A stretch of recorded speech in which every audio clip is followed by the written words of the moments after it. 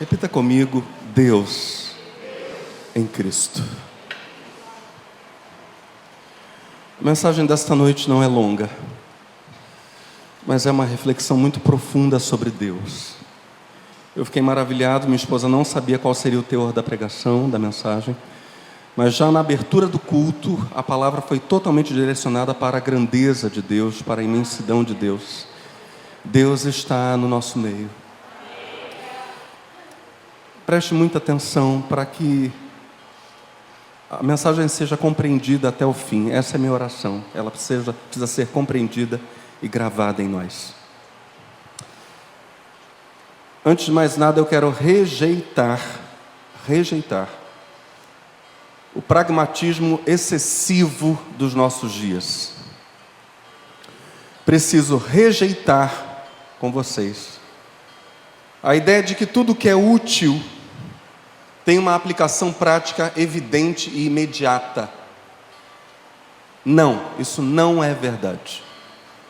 Há um sem número de verdades que, de tão profundas, precisam alcançar as profundezas do nosso ser, para então se manifestarem por meio dos nossos corpos. E só Deus sabe quanto tempo leva esse percurso da verdade, mergulhando em nós como uma teoria, até que ela se torne prática. Só Deus sabe o tempo que isso leva. Já fiz essa mesma crítica no lançamento do livro Casamento, Alegria, Utopia, dizendo que nós necessitamos voltar os olhos para os fundamentos das coisas, entendermos os porquês, para que então a nossa prática seja absolutamente consistente, seja uma prática enraizada no solo da verdade. Essa raiz forte é o que mantém, por exemplo, a palmeira tão alta, tão elevada, em pé em meio à tempestade. É essa raiz profunda, num solo que aparentemente pode ser teoria, mas não. Isso é o fundamento da nossa prática de fé. Sobre isso, por exemplo, disse o apóstolo Pedro, em 1 de Pedro capítulo 3, antes santificai ao Senhor Deus em vossos corações, e estais sempre preparados para responder com mansidão e temor a qualquer que vos pedir a razão da esperança que há em vós, tendo uma boa consciência, para que naquilo em que falam mal de vós, como de malfeitores, fiquem confundidos os que blasfemam do vosso bom porte em Cristo. Notemos que Pedro não diz que os crentes deveriam estar preparados para responder com mansidão e temor qual esperança possuíam. Não é apenas isso que está aqui. Pedro vai além, e nesses dois versos, 1 de Pedro 3, versos 15 e 16, ele diz que os cristãos precisariam estar preparados para responder qual a razão, qual o motivo, qual o fundamento, quais os porquês da esperança que possuíam. Não apenas dizer aquilo que esperavam, em que criam, mas por que criam. Qual a razão disso que você professa, disso que você confessa? É o que Pedro está dizendo aqui. Também faço outra crítica. A crítica à crítica da neo-ortodoxia. Neo-ortodoxia é um movimento encabeçado por Karl Barth, desde o século passado, dentro da teologia, que devolve para o centro da discussão teológica a pessoa de Deus e sai da discussão meramente humanista. Se os neo-ortodoxos tiraram o homem do centro da discussão teológica e recolocaram Deus ali no centro, eu creio sinceramente que esse deve ser o modo correto de se fazer teologia. A teologia liberal colocou a questão humanista como questão central. Os liberais, me perdoem pela crítica, mas ela se faz necessária. Teólogos que estiverem assistindo essa mensagem entenderão claramente do que estou falando. Os neo-ortodoxos, encabeçados por Karl Barth, devolveram a questão central do debate para a pessoa de Deus. As duas últimas mensagens dominicais foram em sequência: louvai ao Senhor e Deus quer salvar.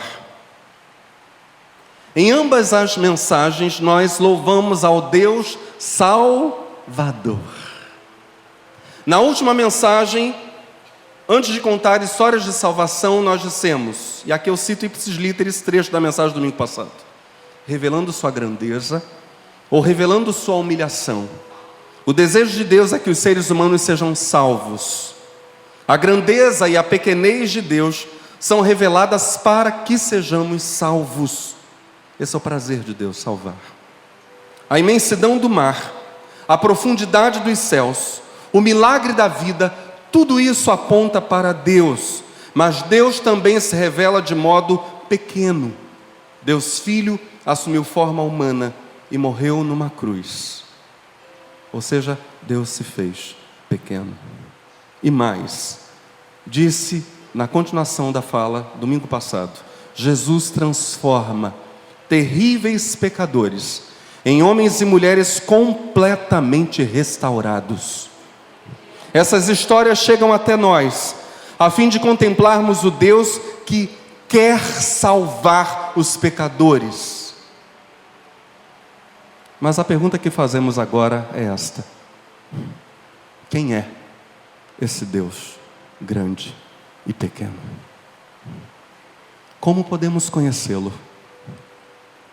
Na verdade, de que tipo de ser nós estamos falando quando dizemos essa palavra de 4 letras? Deus. A respeito de que ser estamos falando? Primeiro nós vamos esclarecer agora o significado habitual desse termo fora da fé cristã. E depois dentro da fé cristã, com auxílio da dogmática teológica e com auxílio, evidentemente, da Bíblia. Primeiro, então, falemos sobre Deus fora da fé cristã. Quando o homem discorre sobre Deus, sobre o que seja a natureza ou a essência divina, ele está tentando traduzir em palavras. Quando o ser humano faz isso, ele está tentando traduzir em palavras um sentimento de melancolia, de nostalgia e de desorientação. Esse é um sentimento comum a diferentes pessoas. Elas estão tentando expressar um sentimento de ausência, a sensação de que Deus é um ser muito acima, um sentimento de distância, um sentimento, na verdade, de desorientação face à grandeza desse ser misterioso chamado Deus. Essa melancolia, essa sensação da falta de alguém, essa desorientação, isso tudo é comum às religiões em geral. Isso leva os religiosos, mundo afora, à busca de uma unidade, de entender uma unidade entre os seres, não apenas entre os seres humanos, mas uma unidade, um nexo de sentido entre todos os seres que compõem a criação. A busca de uma razão para a existência, um porquê de estarmos aqui, por exemplo, e a busca incansável pelo sentido primeiro do próprio universo. Esse sentimento comum a diferentes pessoas e a pessoas em religiões em geral leva as pessoas religiosas, então, a essa busca de unidade de sentido dos seres, de razão para a existência, de sentido para o universo. O homem, e aqui homem, faço questão de frisar isso. Eu propositalmente ao longo dessa mensagem não me servirei da chamada atualmente linguagem inclusiva, porque de acordo com o Gênesis, no homem a mulher já está. Então eu volto para um sentido primeiro da teologia e abandono a contemporaneidade. Estamos juntos no pensamento? Isso é proposital. O homem que pensa por si mesmo em Deus, ele vai querendo elaborar por si mesmo que seja esse ser. Ele imagina um ser que se relaciona de um modo mais ou menos coerente. A imaginação humana produz isso. Um ser que se relaciona de um modo mais ou menos coerente com a complexidade extrema e com a variedade quase infinita dos incontáveis fenômenos da existência. O homem, nessa busca intelectual, essa busca baseada em si mesmo, considera Deus como a essência suprema que regula e domina toda a realidade.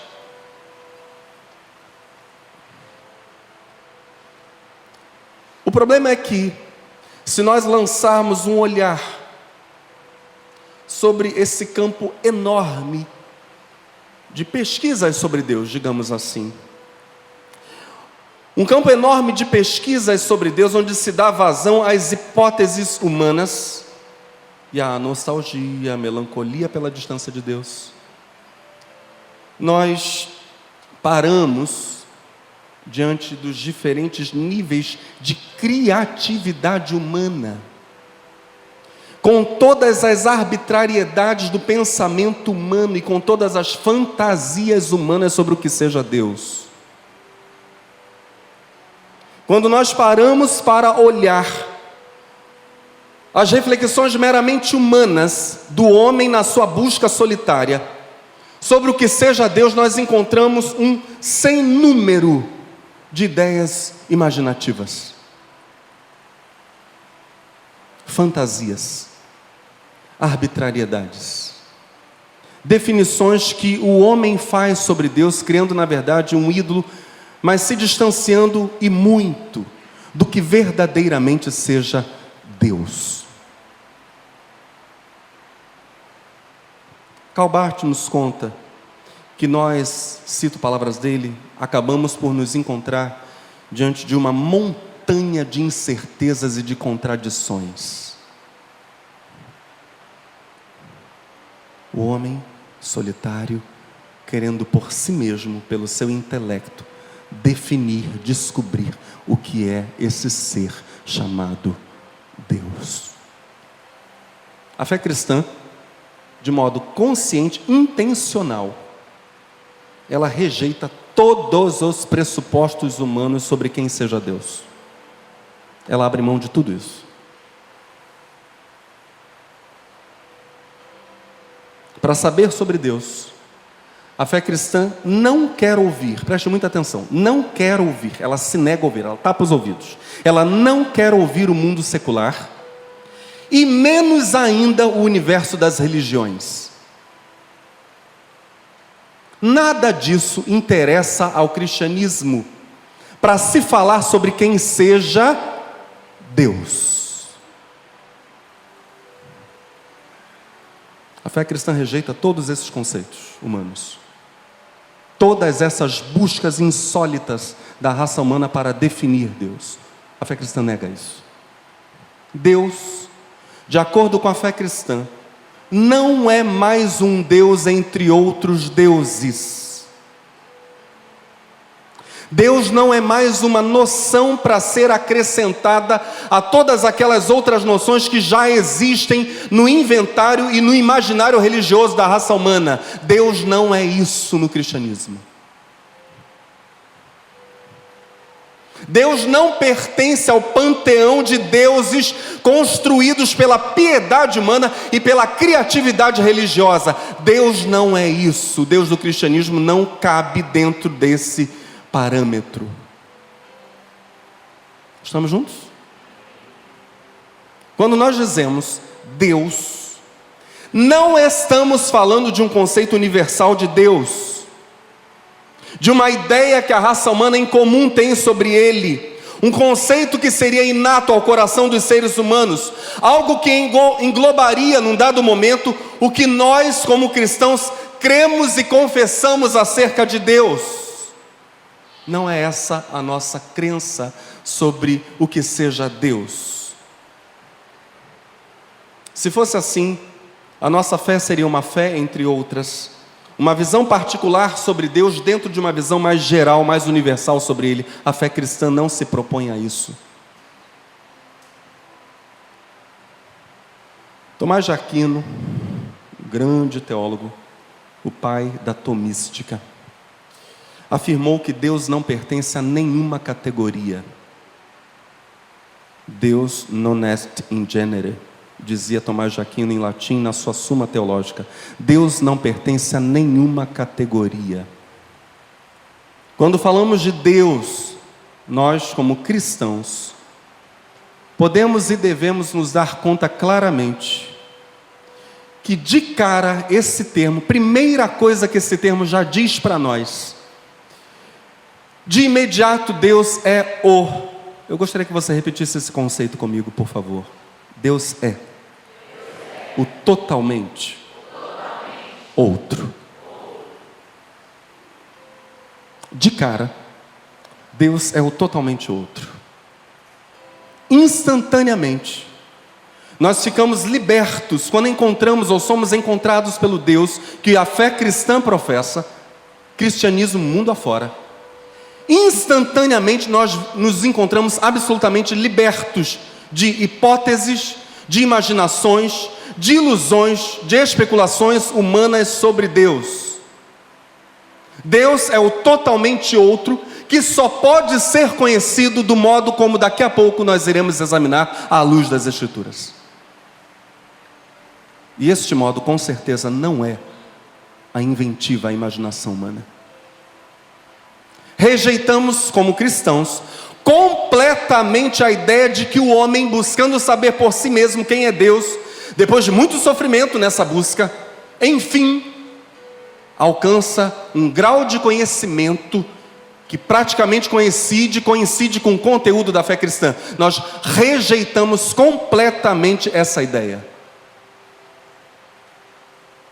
O Deus que a fé cristã confessa não é, à maneira dos deuses deste mundo, um ser que se encontra, um ser que pode ser inventado, uma divindade que depois de muito esforço o homem finalmente consegue destrinchar, esmiuçar, analisar. Deus não é isso.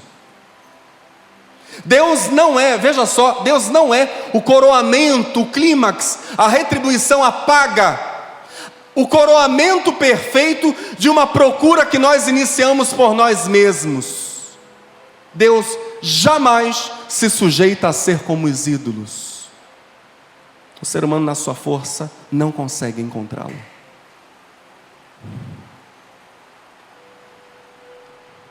Quando Deus verdadeiro aparece, o verdadeiro, Ele destrona instantaneamente tudo aquilo que os homens costumavam chamar de Deus. Instantaneamente todos esses deuses vão caindo. Deus exclui imediatamente todas as presenças, exceto, é claro, a sua própria, e reivindica, quando Ele aparece, quando Ele se revela, o privilégio. Deus reivindica o privilégio de a verdade pertencer somente a Ele. Ele chega e diz: eu sou a verdade. A verdade que você ansiava, a verdade que você anelava, eu sou.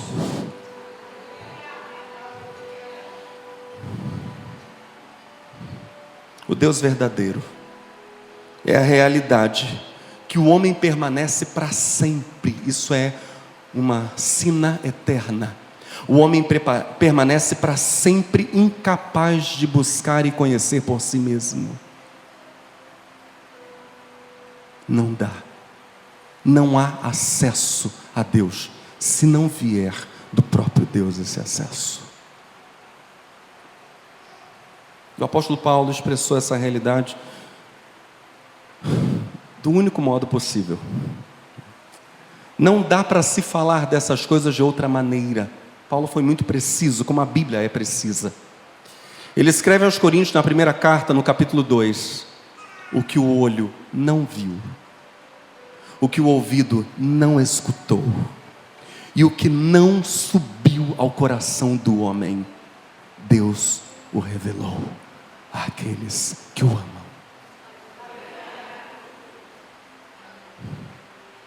E claro, a grande revelação é Deus mesmo. O que o olho não viu, o que o ouvido não ouviu, o que jamais subiu ao coração humano, o inacessível, totalmente outro. Deus, no sentido da fé cristã, tem uma existência absolutamente diferente daquilo que o ser humano chama de divino. A natureza de Deus é totalmente distinta dos seres que são chamados deuses. Nós poderíamos resumir tudo o que se pode dizer a respeito de Deus, de acordo com a fé cristã, com uma expressão que foi utilizada em oração antes de iniciarmos esta mensagem: Glória in excelsis Deo. Glória a Deus nas maiores alturas. Glória nas alturas a Deus. Literalmente, obedecendo a mesma ordem do latim, glória nas alturas a Deus, ou, aportuguesando melhor ainda, Deus, traduzindo melhor ainda, digo, Deus nos lugares altíssimos. Essa expressão se encontra em Lucas capítulo 2. De repente, diz o verso 13, uma grande multidão do exército celestial apareceu com um anjo louvando a Deus e dizendo: glória a Deus nas alturas e paz na terra aos homens aos quais Ele concede o seu favor. Diga comigo: glória, in excelsis. Glória a Deus nas alturas, in excelsis, nos lugares altíssimos. O que isso significa? Deus está acima de nós. Deus está acima das nossas intuições. Deus está acima disso. Deus está acima dos nossos esforços. Deus está acima de todos os nossos sentimentos, sejam eles os mais sublimes. Deus está acima de todos os produtos do nosso espírito, sejam eles os mais admiráveis. Mas isso também significa glória a Deus nas alturas, glória in excelsis, do Evangelho de Lucas. Significa que Deus não deposita coisa alguma, preste muita atenção, Deus não deposita coisa alguma de sua razão de ser em nós mesmos. Em nenhum aspecto Ele depende de nós.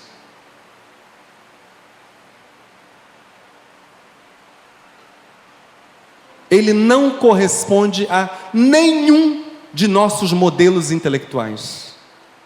Deus não se adequa, não se presta a nada, absolutamente nada do que a nossa mente consiga criar. A qualquer possibilidade da nossa natureza humana. Nós estamos falando de Deus. Deus existe e tem seu modo de ser, a sua maneira de existência, definível e explicável apenas nele mesmo e por ele mesmo. Ele é Deus.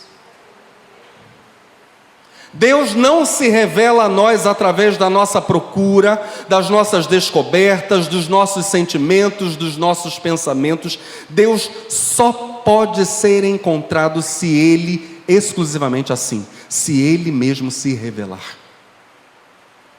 É como se Deus tivesse um véu sobre o rosto. Ninguém consegue remover esse véu. Só Ele mesmo pode removê-lo e mostrar sua face. Apenas Deus. Por isso a Bíblia diz que quando Jesus, na cruz do Calvário, rendeu ao Pai o seu Espírito, o véu do templo se rasgou de alto, isso é importante no texto, de alto a baixo. Só Deus revela Deus.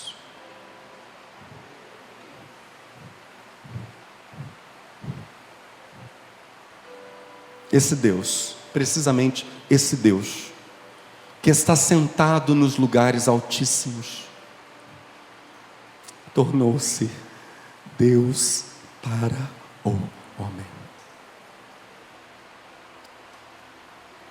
Esse Deus, esse ser, se deu, fez conhecer a si mesmo.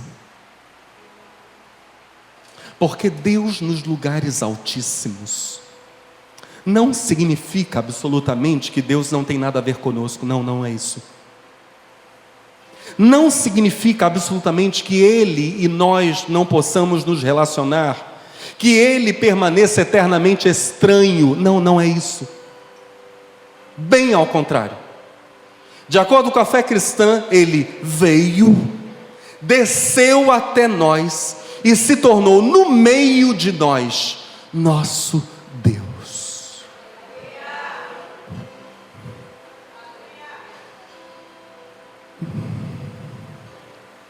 Por causa disso, o conhecimento de Deus, conhecimento que só é possível mediante a autorrevelação do próprio Deus, é o saber, preste atenção, é o saber mais cristalino, é o mais claro que há.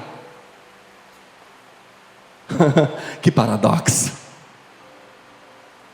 A coisa absolutamente inatingível por nós mesmos, quando ela se dá a conhecer a nós, é o saber mais claro, mais cristalino, mais poderoso e mais libertador que existe. O conhecimento de Deus é um conhecimento absolutamente determinado, criado, olha que coisa interessante, é um conhecimento criado pelo próprio objeto que é conhecido.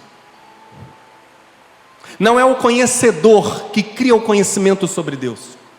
Não é quem conhece Deus que cria ou que penetra no conhecimento de Deus. Não, é Deus mesmo, uma coisa conhecida que se dá a conhecer. É o próprio objeto do conhecimento que determina o conhecimento que se terá dele. Isso é conhecimento, diga comigo, conhecimento autêntico. Deus, o Deus verdadeiro, só pode ser conhecido de forma autêntica. Não é possível conhecer o Deus verdadeiro de modo inautêntico. Porque o conhecimento de Deus é autorrevelação que Deus faz de si. Obviamente de si. E se é Deus quem revela a Deus, esse conhecimento é perfeito. Estamos juntos?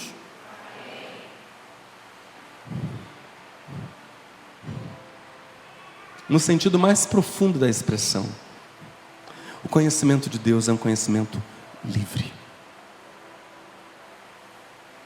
Livre de todos os saberes, de todas as hipóteses humanas sobre Ele.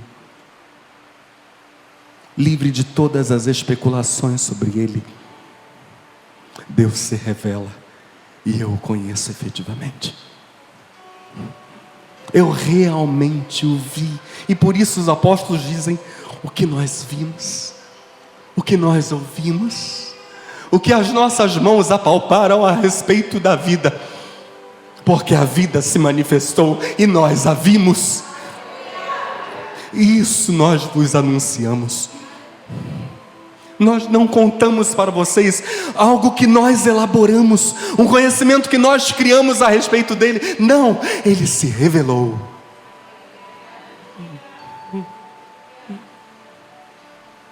É um conhecimento relativo, apenas do lado de cá,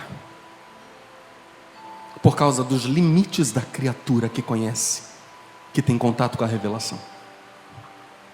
Mas ainda que seja relativo, por causa dos limites da criatura que conhece, é conhecimento puro. Temos aqui nessa noite alguém que o conhece.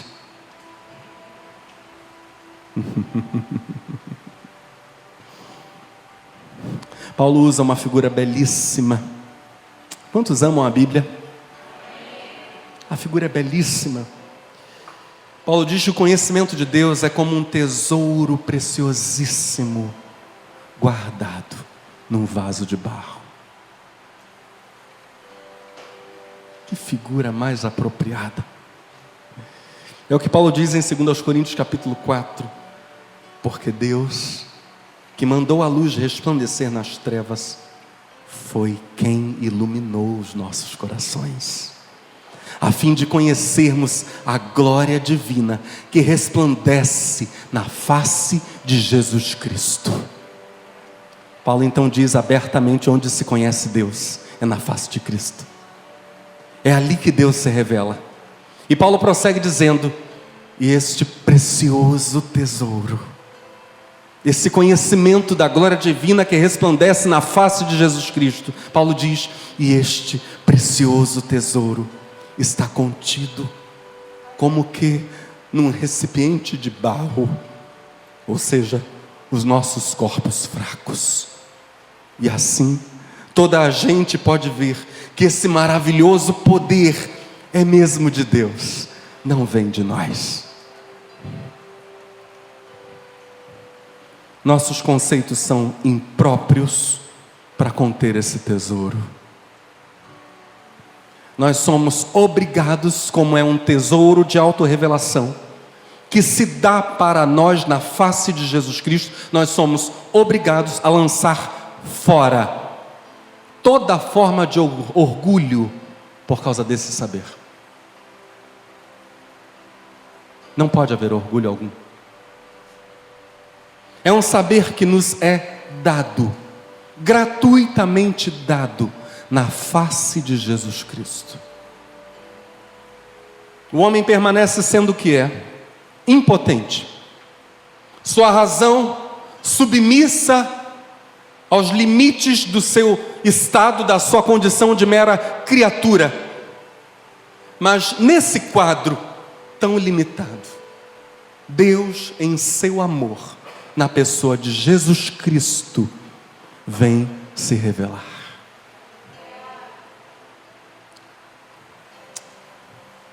Eu quero compartilhar com vocês duas histórias e partir para a sequência final da mensagem, porque eu creio que nós precisamos digerir essas coisas durante a semana.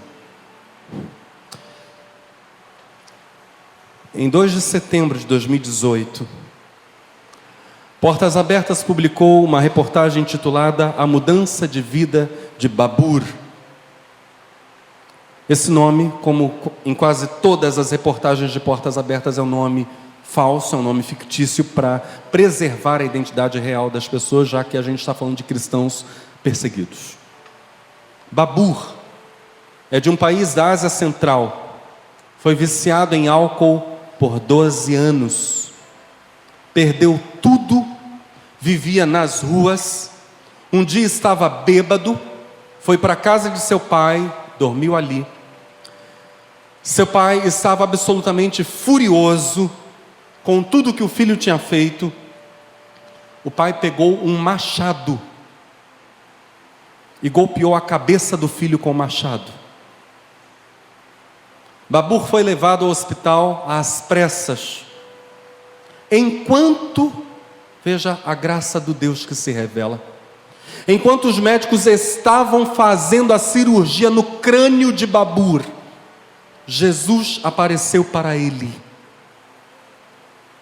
e disse que ele mudasse de vida e procurasse por Jesus para segui-lo. Na mesa de cirurgia, Jesus apareceu. Babur voltou à consciência depois da cirurgia, foi liberado do hospital, procurou cristãos, a gente está falando de Ásia Central, procurou cristãos. Quando encontrou esses cristãos, o evangelho foi explicado e Babur se entregou a Jesus. Rompeu com o passado, foi para um centro de reabilitação, ficou livre, fez o tratamento, ficou livre do vício do álcool, quis fazer as pazes com a família. Esse é o cristianismo, né? Ele reconcilia até uma vítima de tentativa de assassinato com os seus agressores. Ele quis fazer as pazes com a família, quis restaurar o relacionamento com eles. Depois de 1 ano na reabilitação, foi ver porque ele tinha esposa e filhos, foi vê-los. A esposa imediatamente percebeu que Babur tinha mudado. Recebeu-o de novo em casa. Ele compartilhou o que aconteceu na sua vida. Ela se entregou a Cristo. Juntos eles começaram a servir ao Senhor. Um grupo de cristãos começou a se reunir na casa deles. Hoje há irmãos juntamente com eles, buscando a face do Senhor. Deus Filho, Jesus, se revelou a Babur, chamando-o para segui-lo. Deus fez isso primeiro diretamente, e ele teve um sonho na mesa de cirurgia, diretamente por meio do sonho, depois indiretamente por meio de cristãos. Deus se revela. A segunda reportagem, ligada ao que estamos dizendo, o Espírito Santo e eu, a vocês nesta noite, foi publicada em 31 de julho de 2019 e traz um título: líder de igreja doméstica no Irã é presa por amor a Cristo. Um título, eu diria, um título comovedor, porque é a história de uma mulher, eu vou ler para vocês a história, que vai sofrer muito por causa da sua fé. Raquel, também nome fictício, cristã do Irã, estava tremendo, escondida no canto mais distante da sua casa, bem afastada da porta, enquanto batiam forte na porta. O que ela nunca havia esperado aconteceu, ou estava acontecendo naquele dia. A polícia secreta do Irã tinha ido à sua casa para prendê-la. Ela olhou para a filha de 9 anos de idade, agarrada com a mãe no colo da mãe. A filha estava em completo terror. Portas Abertas diz: esse era o preço a pagar por ser uma cristã líder, mulher líder em uma igreja no Irã. Essa era a realidade de ser mãe diante de perseguição extrema. Naquele dia, Raquel, escondidinha lá no canto, quietinha, com a filha, conseguiu escapar. A polícia acreditou que ela não estava em casa. Mas naquele mesmo dia ainda, mais tarde, enquanto o marido de Raquel levava Quimia, nome também fictício, para a escola, a polícia prendeu Raquel, levando-a evidentemente para a prisão. Cito palavras dela: eles me colocaram na solitária e completamente sozinha eu comecei a chorar. Eu pensava em minha filha e o que aconteceria com ela. Portas Abertas prossegue dizendo que Raquel não havia preparado a filha para aquilo. Com medo, sozinha, Raquel começou a questionar suas escolhas, duvidando de Deus. O que aconteceu com a proteção que esperava de Deus? Por que Ele não protegeu a ela e a sua filha dessa situação? Cito a fala de Raquel: nos primeiros 3 ou 4 dias, eu não falei com Deus. Eu estava muito desapontada com Ele. A prisão foi difícil para essa irmã. Quando ela não estava na cela totalmente sozinha, era interrogada e insultada por oficiais da polícia iraniana. Não tinha permissão para fazer ligações, não tinha permissão para acalmar a filha por telefone. Em 2 semanas, perdeu 13 quilos. Ela estava definhando na prisão. Depois de mais um longo dia de interrogatórios humilhantes, Raquel finalmente começou a dormir, ou conseguiu dormir. Durante o sono, ela ouviu um verso: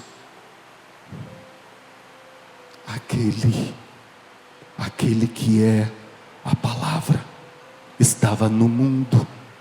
O mundo foi feito por intermédio dele, mas o mundo não o reconheceu.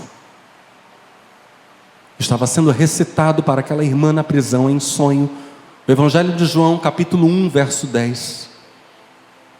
O Verbo estava no mundo, o mundo foi feito por ele, mas o mundo não o recebeu. Aquele que é a palavra estava no mundo, ou seja, Deus se encarnou. O mundo foi feito por intermédio dele, mas o mundo não o reconheceu quando ele se revelou. Olhou para ele, mas não o viu. Esse verso, recitado para ela, dentro da prisão, por meio de um sonho, foi um ponto importantíssimo. Desde então, Raquel passou a não se sentir mais sozinha. E ela diz: eu fiquei com medo nos primeiros dias, mas quando tive o sonho e comecei a orar de novo, senti que Deus iria comigo onde quer que eu fosse. Se o próprio Filho de Deus, Deus Filho, veio e foi rejeitado, Deus sabe o que é sofrer e nunca nos deixará sozinhos.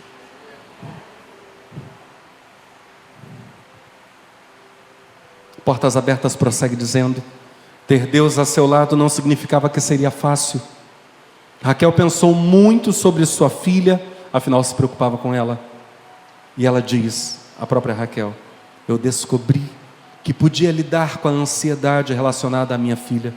Eu orava todos os dias por ela na prisão. Essa irmã foi solta. Hoje ela está fora do Irã. Ela e a filha fugiram do Irã. Portas Abertas auxiliou inclusive nessa fuga. Ela está vivendo num local não identificado, em paz. No sonho de Raquel, o texto bíblico aponta para o fato de que em Jesus Cristo, esse é o fim da mensagem, preste muita atenção. Em Jesus Cristo, diga comigo, em Cristo. Em Cristo, a plenitude de Deus tomou forma de corpo.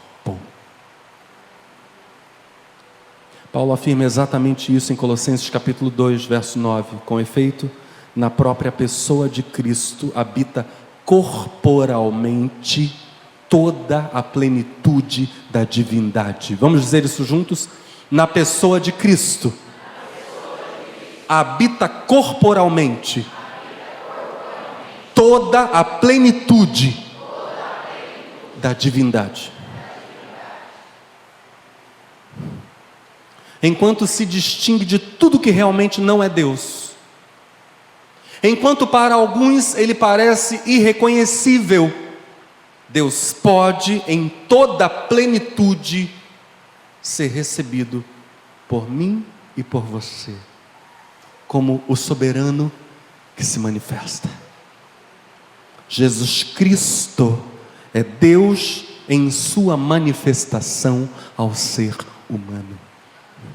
Jesus Cristo é a decisão de Deus de se manifestar.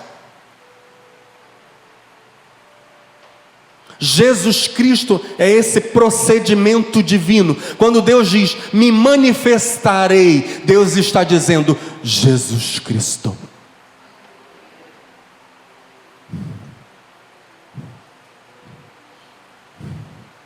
Jesus Cristo é verdadeiro Deus, mas também verdadeiro ser humano e, como tal, representante da humanidade, é claro. Nós só reconhecemos Deus, o Deus autorrevelado, em Jesus Cristo. Nele habita corporalmente toda a plenitude da divindade. É em Cristo e em nenhum outro lugar. Nós só reconhecemos Deus em Jesus Cristo.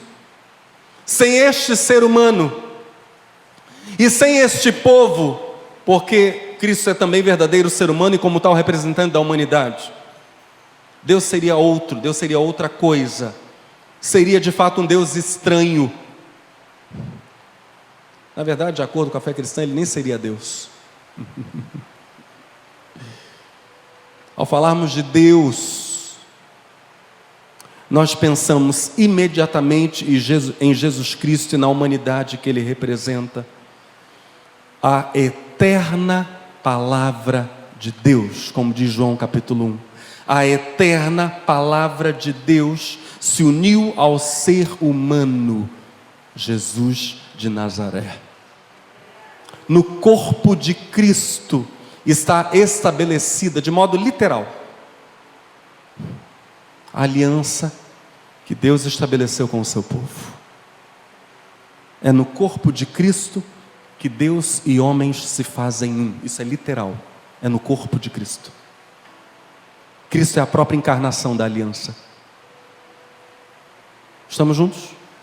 Não é uma coisa, não é nenhum objeto, não é nada estranho ao próprio Cristo. Cristo é a própria encarnação da aliança entre Deus e os homens. Onde Deus, para entendermos melhor isto, onde Deus se encontra do modo mais íntimo com a vida humana, na carne de Cristo. Deus veio.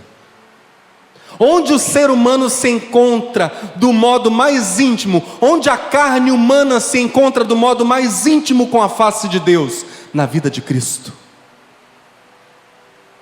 Porque Cristo é Deus e é homem. É nele que está encarnada a aliança. Em Cristo. Cristo é a manifestação concreta da revelação de Deus e da aliança de Deus com o seu povo. Nele está estabelecido o plano de Deus com o ser humano. É sobre o corpo de Cristo que cai o juízo de Deus executado sobre o homem. É a cruz. É no corpo de Cristo que recai a salvação de Deus consumada para o homem. É a ressurreição. Cristo assume as exigências de Deus. Nele se manifesta a promessa de Deus pronunciada ao homem. Nele Deus se comprometeu com o ser humano. E é até o fim esse compromisso. Até o fim. É em Cristo que Deus se encontra comigo e com você.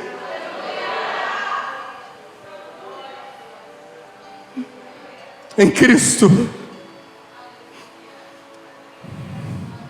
Por favor, fique de pé no seu lugar.